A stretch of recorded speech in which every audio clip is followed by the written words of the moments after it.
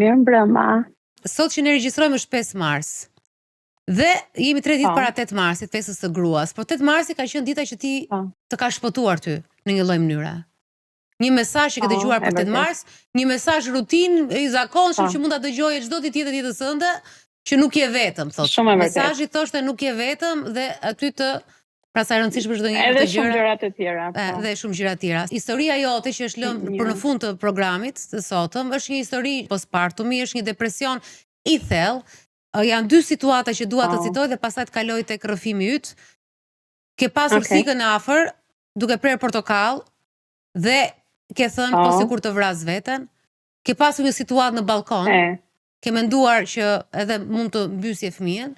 Lindja jote ka qenë e vështirë, thua ke pasur 2 fëmijë njërin pas tjetrit, i ke 4 dhe 2 vjeç tani? Afër. Po, afër fare, domethënë kur ka lindur tjetra 2 vjeç, janë gati bebe të 2 fëmijët, vajza dhe djali. Vajza ishte më e thjeshtë, ke pasur një pak depresion, po bëj një përmbledhje pak që ta sqaroj edhe për njerëzit, dhe tek e dyta ka qenë shumë e rëndë. Depresioni. Fillojmë, çfarë ndodhi mbas djalit? Djali ishte fëmijë më i vështirë, ishte qaraman, më lodhi më shumë, ndoshta dhe ndikoi fakti që kisha lindje të afër. Dhe nuk e di, ndoshta edhe pagjumësia, duke ndenjur gjithkohës me të, lodhja e trurit plus ngarkesa hormonale, emocionale, fizike, psikologjike, dhe ndoshta kjo ndikoi më shumë tek unë. Si natyrë jam shumë e përpikt me fëmijët edhe përpiqem që t'jem të përmbush gjithçka rreth tyre, dhe më duket sikur ati i lija diçka mangut, edhe ndoshta kjo ishte arsyeja që çante. Edhe më shqetësonte vetë kjo. Dhe pastaj ndodhi që u rëndova ditë pas dite ndodhi që unë rëndohesha çdo ditë më shumë. Çfarë ndodhte kur rëndoheshe? Veprimet e tua sillin ndaj fëmijës, ndaj familjes. Çfarë bëje ti? Isha pak agresive, e pasjellshme, po them, ndaj familjarëve në përgjithësi. Kur më flisnin, nuk doja t'i dëgjoja fare, sepse më dukej sikur nuk po më vinë në ndihmë, thjesht po më vënë në lojë ose më vinin fjalët shumë të rënda, që në fakt tani kur i analizoj nuk kanë qenë ashtu, po thjesht mënyra se unë i merja ishin pak të rënda. Po çfarë fjalësh për shembull? Edhe kur më pyesnin a fjetë, ose si je, ose kështu, po si të jem, unë s'kam si të jem mirë, thoja, ose përgjigjesha në një formë agresive, po them. Po nuk e kontrolloja dot. Mua më duket sikur çdo fjalë që më thuhet është e tepër. Po me çunin doja mos më fliste më mirë askush. Po, me fëmijët, me çunin dhe gocën si silleshe? Me vajzën sillesha pak keq. Domethënë janë nxirja deri diku ato nervat, sepse më dukej sikur më shqetësonte. Pavarësisht se ajo kërkonte vëmendjen time sepse ishte e vogël, 2 vjeçe. Kërkonte vëmendje dhe unë nuk ja jepja dot, më shumë e mbante bashkëshorti vajzën se sa unë. Se unë merresha kryesisht me djalin. Edhe me vajzën sillesha keq, shpeshherë largoja nga vetja kur ajo vinte afër meje. Edhe kisha patjetër moment të reflektime më mbrapa, ndihesha keq sepse bëj këtë sjellje. Por që reagoja ashtu dhe nuk e kontrolloja dot. Me djalin nuk është se sillesha keq, se ai ishte natyrë që çante dhe mbaja tërkohës në krah, flinte vetëm në krah, edhe po thjesht nuk e ndjeja, nuk e shijoja si fëmijë, si ta shpjegoj. Kjo ndodhi që kur në momentin e lindjes? Më fal, ndodhi që në momentin e lindjes që kur e pe? 10 ditë mbrapa, jo, 10 ditë ose 2 javë ndoshta. Akoma pa marrë veten, e kam patur cesariane të 2 lindjet, edhe akoma pa marrë veten nga operacioni, po them. Ndoshta edhe lodhja fizike ndikonte, lodhja psikologjike pastaj të gjitha, dhe fillova të mos e shijoj siç shijohet një fëmijë. Më dukej shpeshherë sikur ai thjesht ka ardhur dhe po më lodh, nuk po më jep atë kënaqësinë. Ose ishin momente shumë të vogla kur e merja kënaqësinë. Që sa kohë kishte edhe pagjumësi, tha? Shumë. Domethënë 2 orë në natë ose po ose jo. Kishen edhe që nuk flija fare. Edhe kjo gjë pastaj të nesërmen unë isha shumë e turbull, edhe në shikim, edhe në arsyetime. Nuk isha shumë e vetëdijshme për gjërat që thoja. Ke qenë me gjë? Po. Do të thënë pra çoheshe të dy natën gjatë fëmijët. gjithë kohës të ushqej fëmijën, merresh e ti e kishe. E mbaja gjithë kohës në gjë, duke qenë se çantë, vetmja gjë që mund ta shqetësonte pak, unë do ta merrja ta mbaja në gjithë kohës. Djali s'kishte probleme shëndetësore, djali ishte mirë se i bë meko, gjëra, gjithçka. Se mendova mos ka ndonjë problem shëndetësor që çante, por që ai ishte shumë mirë dhe i shëndetshëm ka qenë mashallah. Unë e përjetoja pastaj këtë situatë. Shiko, interesante që i bëri kontroll shëndetësor pse qante, se duhet të ketë një lloj ekstremiteti, se sa po thash pak më parë, vajza ime e parë ka qenë shumë e qetë, e vogla pikërisht kur s'duhet të qante dhe qante sikur shitet do një fantazëm, kështu çohej dhe ulëriste. Kështu që ndonjëherë unë e shpjegova që është tip tjetër fëmijës, se fëmijët qajnë. Pse shkuat ju deri te kontrolli i fëmijës? Qante shumë, domethënë nuk di ta shpjegoj se sa qajnë fëmijët e tjerë, por që për mendimin tim nuk ka një fëmijë që qante më shumë se ai. Nuk e di. Ai donte gjithë kohës ta mbaja vetëm në dorë, domethënë ose në gjie ose në supë mbaja këtu lart. Edhe gjithë kohës qante. I bëra gjithë ato eko, mëlqi, veshka, zemër, përzorët, barkun, kolikat i kishte të rënda, të vështira me sa më thanë mjekët dhe prandaj qante. Një arsye, i bëra edhe për kokën, për trurin, gjithçka. Sepse mendova mos ka ndonjë problem shëndetësor. Por që gjithçka më doli shumë mirë. Ai pastaj unë mendoj, ndoshta u mësua djali me shumë vëmendjen time, që në fillim dhe pastaj e kërkonte dhe çante, që ta merrte, po mendoja unë se nuk e di tani. Dhe po gjithë kjo më rëndoi goxha, më rëndoi shumë. Që kjo pjesa që qan, edhe unë besoj që nuk është ndonjë rrëfim, po besoj që edhe shumë nëna e kanë dirë. Ka një moment kur ke fëmijën që nuk pushon. Dhe është ai momenti që ti do t'i bish murit me kokë, se nuk e qa t'i bësh. Domethënë ka nëna që tundi, ka nëna me biberon, unë në rastin tim, Elian Kreva, po kishte sa momente që ti nuk është as dhëmbi, as gjë, dhe vetëm qan, por shumë i lodhshëm ai mendrisht. Dhe këtu kuptoj ku qan shumë. Tani unë vetë ka pasur momente që tha, ku si bie një gjëja.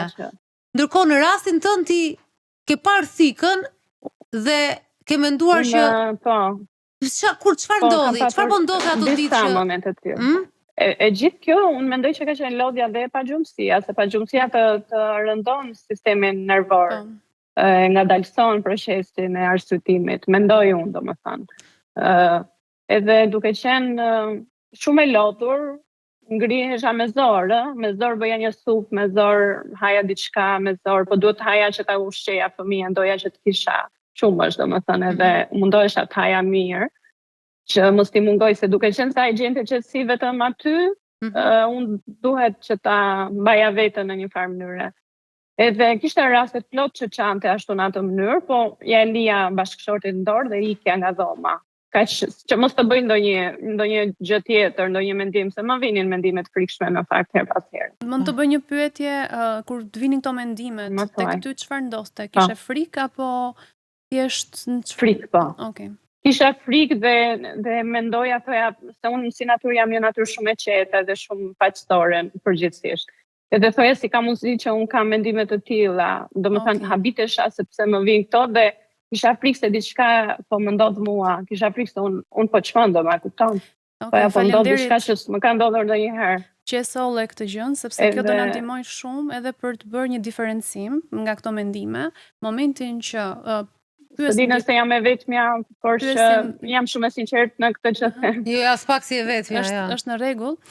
Momentin që dikush na i shpreh këto mendime dhe në terapi, që bëjmë atë diferencimin kur mund të kemi psikozën apo kur kemi mendime intruzive, tashmë që i bëm të njohura si term.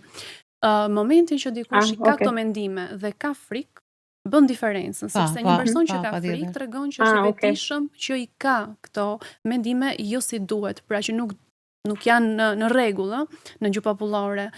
Momentin që dikush ka këto mendime dhe nuk ndjen frikë, është i shkëputur. Aty ai nuk ka, pra ai mund të jetë aty është e rrezikshme, që të ndodh. Prandaj tek ty ka qenë e shëndetshme fakti që e ke reflektuar. Pra se e thua dhe atë momentin se ti jo, e kisha frikë. Unë ke evidentuar momentin e thikës portokalles, për shembull. Hidhja kështu se kisha frikë ta mbaja në dorë, domethënë. Ishte një gjë dhe e kam bërë disa herë këtë gjë. Që ta kuptojmë historinë, ti ishe duke prerë portokallën me thikë. Po. Dhe jo vetëm portokallë, dhe patate ndoshta kur kam gatuar ose po marr shembuj. Nuk më ka ndodhur 3-4 herë kjo gjë. Dhe shije thikën dhe çfarë Dhe mendoje? kur kisha një frikë sikur do bëj diçka me këtë thikë. Jo fiks se çfarë, po thjesht e kisha shumë frikë dhe e hidhja në lavaman me forcë dhe atë qeroja me dorë portokallën ose mollën e haja ashtu, për shembull. Ose e shmangja për momentin e lija, kur isha duke bërë një gjelle, hidhja atë dhe ikja, në domën tjetër bëja diçka dhe kthehesha prapë për ta mbaruar punën, se në atë moment nuk mundja. Kisha një lloj Pra kjo i kontrollonte, po pra fakti që si afroi thikës mendimi i fortë është. Do them që në rastin Marinelës, përveç depresionit ka dhe anks. Sepse ka mendim anksios, nuk janë ndërsa depresive. Prandaj ka ndodhur kjo të dyja paralelisht. Anksin e kam patur në fakt. Dhe këto janë dëshmi, këto mendimet para shumë kohësh. Këto mendime janë dëshmi e të pasurit të prezencës. Shiko, mendimet e vetvrasjes janë është një gjë. Mendimet për fëmijët dhe balkonin, atë situatën që edhe mund të mbysje fëmijët, ajo është një gjë tjetër. Ajo si përplasja dritare në mbyllja, se kisha frikë kur shkoja aty, sikur unë do bëj diçka të keqe. Domethënë kam patur mendime të frikshme të tilla në lidhje me fëmijët. Po, do të them diçka këtu, që nuk janë mendime vetëm të nënave që janë shtatzën, apo janë në procesin pas lindjes që duhet kujdesen për fëmijët, por këto mendime i kanë të gjithë kur kalojnë episode ankthi. Për shembull, kemi pasur raste të baballarëve në këtë rast që i kanë pasur të njëjtat mendime siç po i tregon Marinela tani, që mund t'i bënte keq fëmijëve sepse ankthi të jep atë ndjesinë sikur e humbet kontrollin dhe mendja jote është duke si thua skanuar mjedisin për rreziqe të mundshme. Marinela, më fal, ti kur mbylli dritar, nëse kur dilni në balkon, ishe me fëmijën në krah dhe i kishe këto mendime që mund të ta hedh nga balkoni? E kisha në krah. Po. E kisha në krah, nuk pushoj. Mendoj që mund ta hedh unë apo mund më shpëtoj nga duart. Jo, kisha frikë se unë mund të hedh. Kisha frikë sikur mendimet e mia mund të shtohen, se kisha mendime herë pas here të tilla dhe kisha frikë sikur unë do ta bëj vërtet, e kupton? Këto momente të errta, i ndaje me familjarët? Dhe ndaj fillimisht? Pak. Po pse nuk e thoj për shembull? Me bashkëshortin pak. Po se në atë periudheve familjarët i ndjeja sikur i kam të largët. Në fakt nuk ishin, e them tani kur e kam reflektuar, por aty ndjeja sikur askush s'po më kupton, askush s'po më ndihmon, askush s'është aty për mua, sikur askush se kupton çfarë po përjetoj vërtet. Me bashkëshortin i ndaja disa, i thoja kam mendime të frikshme, kam nevojë për ndihmë profesionale, arrija ta kuptoja që tek unë po ndodh diçka ndryshe nga që më kishte ndodhur më parë. Domethënë ishte diçka më e frikshme, më e keqe. Edhe frika për fëmijët ishte shumë e madhe. Më kishte rastisur të dëgjoja histori për nënat që mund të bëjnë edhe gjëra ekstreme dhe më friksonte shumë kjo, nuk e di. Ti thua që dhe lindja e vajzës, edhe pse më lehtë kishte pak depresion. Me thua ti. Ka patur, po. Ka patur. Pra është dhe anktin e ke të tëndin. Ke vuajtur nga ankthi dhe para lindjeve. Anktin, po. Kam patur disa raste, për shkakun kam përjetuar ankth në kohën e tërmetit. Një muaj nuk futesha dot në shtëpi ose dhe në raste kështu kur dëgjoja histori të jo të mira, jo vetëm për mua, por në përgjithësi, më kap një lloj ankthi. Edhe një periudhë kam patur një lloj frike nga vdekja, po shumë shpejt u bën shumë vite, domethënë. Kuptoj, kështu që më duket sikur do vdesja. Pra ka prirje, po. Ke prirje dhe tek vajza çfarë shenjash kishe ti që të bën mendoje që kishe postpartum? Vajza nervozizë, më pëlqente asgjë, nuk shijoja asgjë, kupton, mërzitesha me këto. Një lloj jo Marinela që është gjithmonë, një Marinel tjetër e agravuar. Po e shijove lidhjen e vajzës e pat atë momentin? Po, ishte më ndryshe, po e kam patur me vajzën, po. Edhe pse ishte lindja e parë, nuk dija, kisha shumë pak njohuri, vetëm çka kisha lexuar. Kisha lexuar mjaftueshëm në fakt gjithë shtatzanin pafund, por që si gjë e re të vjen pak e panjohur, po them. Domethënë e kujtoj më mirë, ka qenë më e qetë, flinte për këdheljan edhe në gjumë, unë edhe me vajzën rria zgjuar, edhe kjo më ka rënduar. Por rria zgjuar vetë për ta parë dhe jo sepse ajo më linte pa gjumë. Ishte tjetër gjë për shembull. Ishte si zgjedhje. Rria se kisha, ishte zgjedhje fiks.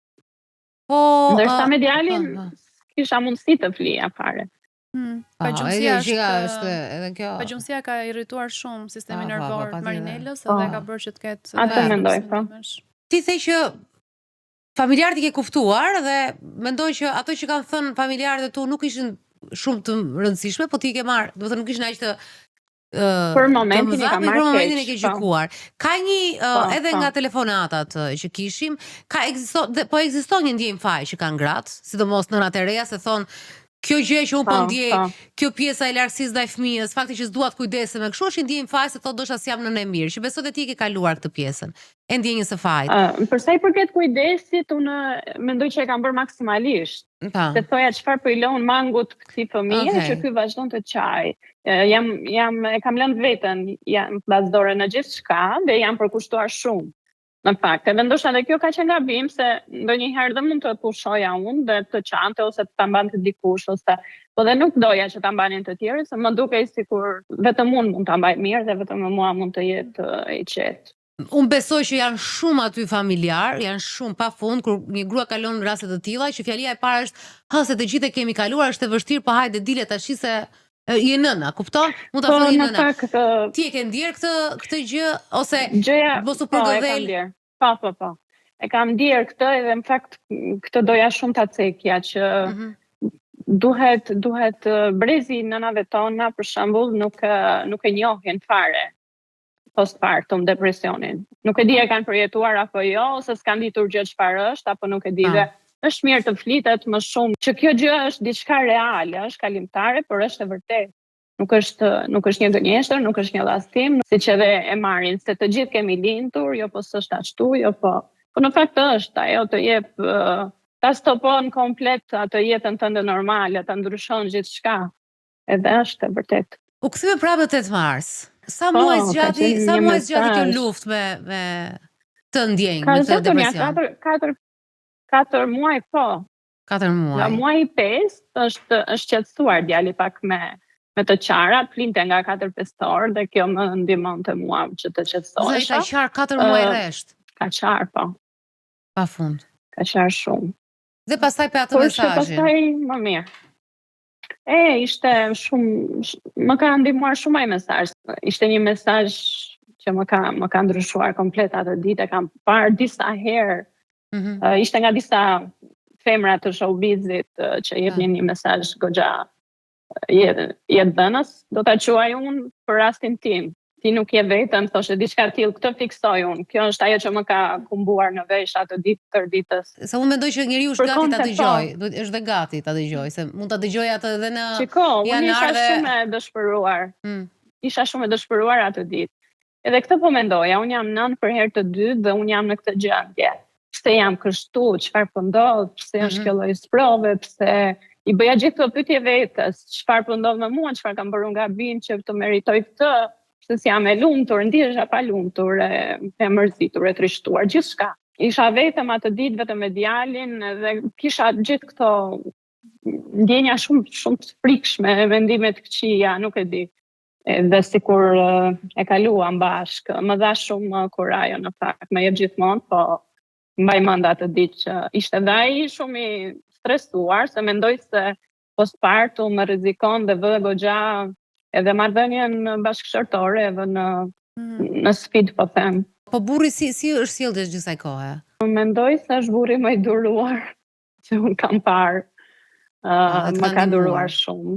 Jem e sinqert, më ka ndihmuar shumë, vajzën e mbante ai edhe me çdo gjë, domethënë po edhe me djalin më ndihmonte, më gatuante. Nuk e ka gjykuar gjendjen tënde. Jo, më ka thënë edhe ai që të merr një ndihmë profesionale, po edhe kërkoja, edhe refuzoja. Nuk e di pse e kisha këtë. Kisha raste që e kërkoja, po më duhet, kisha raste që jo, nuk e dua se unë doja dal vetë. Kisha një lloj, nuk e di, ndoshta si kokëfortësia apo se di. Erdhi burri, ndjenjët bashkë, filloi të qetësoi situata, ti kërkove, pastaj më kaloi ajo. Atë ditë më kaloi ajo situatë. Atë ditë doje të vrisje veten, po thotë Elona. Kisha këto lloj mendimesh të tilla dhe fakti që isha edhe vetëm në shtëpi edhe e trishtuar, ishte ditë feste ndoshta dhe unë s'kisha asnjë lloj feste, asnjë lloj ndjesie të mirë. Edhe gjithë këto mendime më presiononin, sikur unë s'po marr asgjë nga jeta dhe s'meritoj asgjë, nuk e di, një gjë shumë shumë e frikshme, po them. Dëgjova të mesazhin, çava pafund edhe mbasi çava e ndoshta e nxora pak atë dhe pastaj mora bashkëshortin që të vinte dhe erdhi shumë shpejt në fakt. Edhe djali fjeti një 2 ora të paraditës dhe ka qenë fillimi i ditës mëngjes, po them. Fjeti ai një 2 orë dhe na arritëm të flisnim, të qetësoheshim, e morëm, domethënë më kaloi, po them, më shpëtoi Zoti. Pra, thua 5 muaj, pastaj djali filloi të qetësohej pak nga pak, edhe ka të bëjë dhe kjo shumë faktor, pra.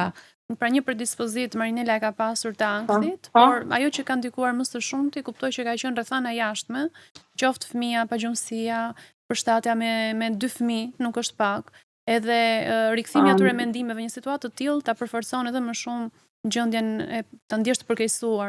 Edhe prandaj mund të jesh ndjerë e mbytur ndonjëherë nga gjithë kjo presioni, se dhe vetë fjala depresion ka brenda termin presion, pra të ndjesh e presionuar për të performuar, për të jetuar normalisht, por janë ato kimikat që s'të lënë, sepse janë balancat hormonale të brendshme, siç vërtetohet që ka një disfunksionalitet në këtë pikë. Kam motrën time psikologe.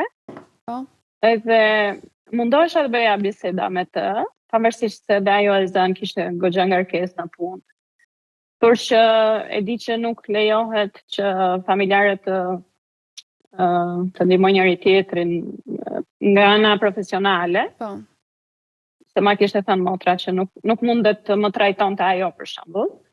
Por që vija re që motra më vinte përpara përgjegjësisë për gjërat që shiko ti i e rritur, i e përgjegjshme, i ke fëmijët e tu, i ke bërë vetë, ti do t'i dalësh për Zot. Mua më dukej sikur s'po më ndihmon fare.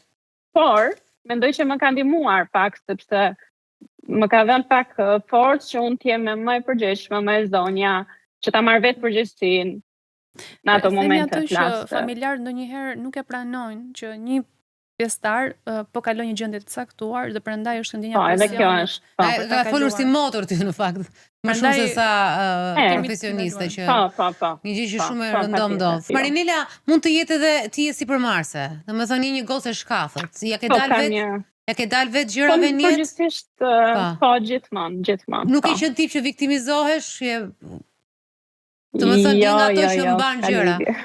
Po, ndodhe kjo që... Tërë jetën kam pas përgjegjësi mbi stupe, tërë jetën, edhe në familje, ku jam rritur, edhe në punëra që kam qenë gjithmonë, kam pas përgjegjësi, po them se s'kam qenë kush e di se çfarë, por që kam pas një rol të rëndësishëm ose më në përgjithësi e marr diçka përsipër e çoj në fund jam Dhe motra jote është motra vogël apo e madhe?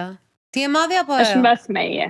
Unë jam e madhe, po. Dhe motra e vogël, se nuk ka lidhje fare me psikolog, e ka parë si motër madhe dhe nëse ti ke idolizuar motrën, ose di që ajo mban gjëra, është e fortë kështu, i është dukur si një proces, mund të thuhet edhe brenda sikur përgëdhelet pak se ti do ja dalësh. Domethënë që zakonisht njerëzit e fortë haptë. Në këtë formë. Dhe kjo është ndjenja fajt e njeriu të fortë se thop se s'po e bëj dot.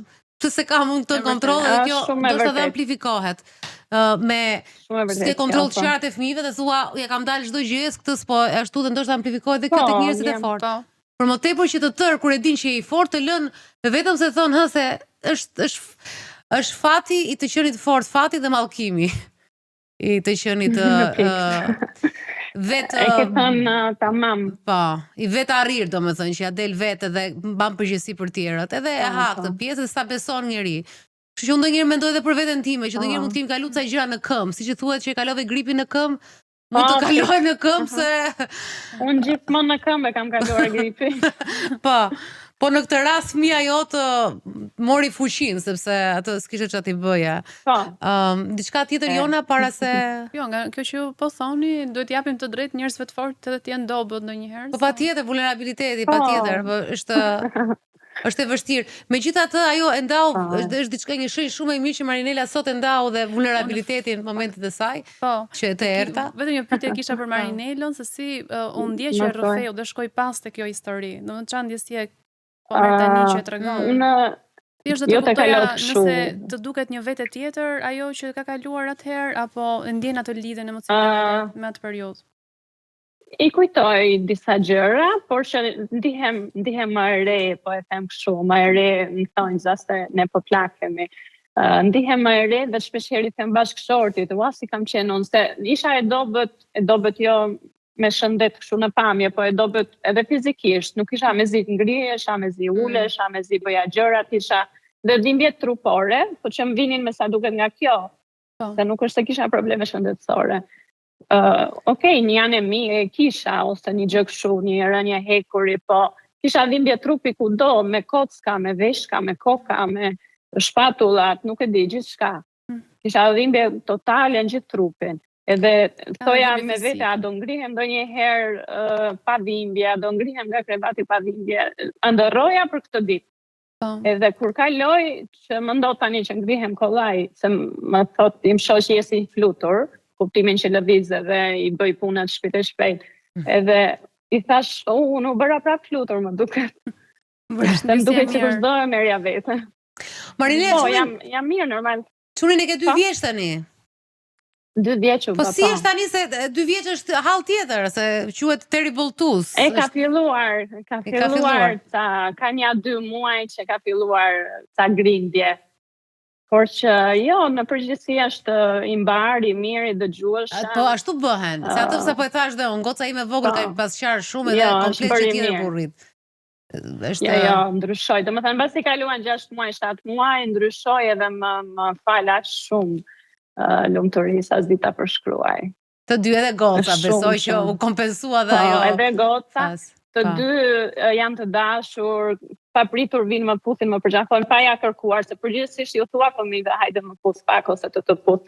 Ata vinë vetë dhe mami puq, mami unë ty, do më thonë them me vete, çfarë po përjetoj, jam shumë e lumtur. Më bëhet shumë qefi Marinela dhe faleminderit shumë që ndave këtë mesazh dhe këtë faza ka kaluar, nuk e di a ke dërmend të bësh dhe një fëmijë tjetër, por e rëndësishme është me ta e kalove. Sa kisha djalin të vogël, thoja kur. Mirë, po tani më kërkon vajza një motor edhe shpeshherë mendoj, po nuk e di. Shiko, edhe harron ajo, se të e kemi ne gjithmonë si kështu kompleks prindër, kërkon vajza, pa ajo herë thot një herë, kërkon dhe një ari të nesërme, kërkon një Barbie jeshil pas nesër, dhe me thënë, kalamajtja, ajo është pastaj dëshira jote, prindit dëgjojnë ato që duan vetë, mendoj unë. Jo, mendoj se jam e kompletuar, faleminderit Zotit, kam të dy dhe jam shumë mirë. Jam shumë e lumtur. Vjen mirë dhe e rëndësishme është që shëndeti mendor gjithçka. Edhe çdo gjë ka kaluar. U stabilizua. Jo, tani është gjithçka shumë mirë. I kujtoj edhe më shumë doja të jepja zë që ta dëgjojnë të tjerët, nuk e di çfarë mesazhi dash, por që jo, absolutisht, edhe thash historia jote ishte histori delikate dhe e ndave edhe momentet e tua më të errta, që në qoftë se ato momente do bëheshin, janë lajme në media nga më të mëdha dhe shpërndahen në gjithë e botës kur nëna vret vetë dhe lë fëmijët apo fëmijët e vet, kështu që është gjithmonë shumë delikate. E di, janë gjëra, ishin mendime të frikshme dhe prandaj doja t'i jepja zë, nuk e di bëra mirë apo. Jo, bëre mirë dhe ti kontrollove mendimet dhe shumë nëna të tjera që kanë këto nuk duhet të ndihen si djalli. Gjithçka kalon. Më e rëndësishme është që gjithçka kalon. Po, gjithçka kalon. Gjithçka kalon. Edhe e mira, edhe keqja kalojnë, kështu që unë këtë e kam kështu si moto. Edhe unë e kam në Instagram, all shall pass. Çdo gjë kalon. Të falenderoj shumë Marinela, shumë faleminderit. Unë të falenderoj dhe nuk ta shpreha fare simpatinë se harrova u emocionova, po të admiroj shumë. Faleminderit. Tash me flokë të gjata do më admirosh më shumë kur më shohësh. Po pra, të shkonin shumë të shkurtra. Faleminderit.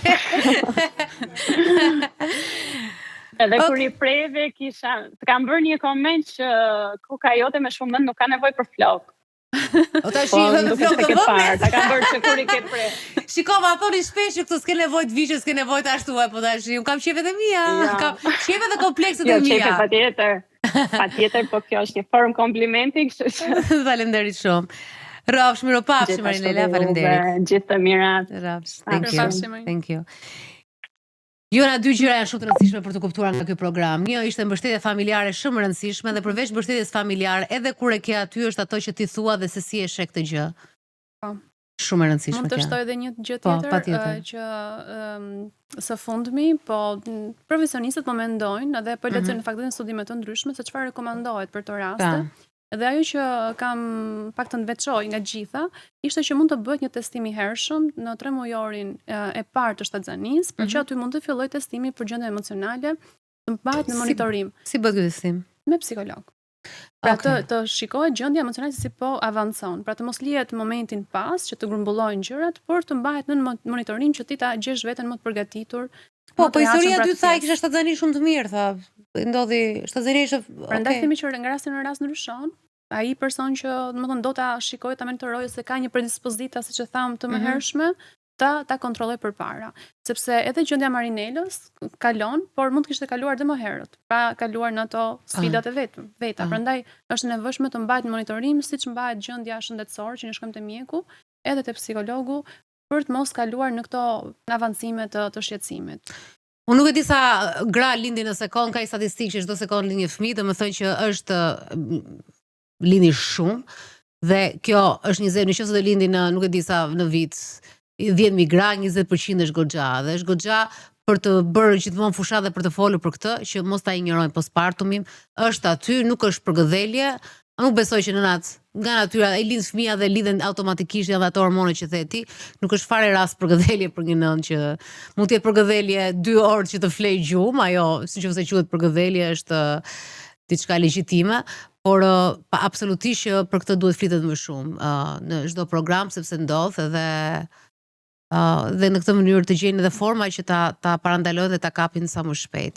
Dhe si gjithmonë familja, nëse nuk ka gjë për të thënë, është ajo mënyrë heshtë dhe thjesht mirë do ishte mbështetja, po. Ta mbështetja, po domethënë që mos i japi, mos i thotë je përgëdhelur ose ç'a bën kështu, e kemi kaluar të gjithë.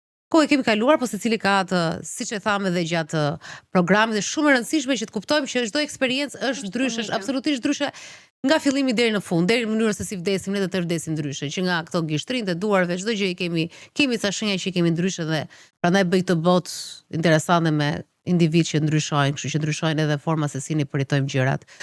Unë ju falenderoj shumë dhe jam shumë e lumtur që u riktheva.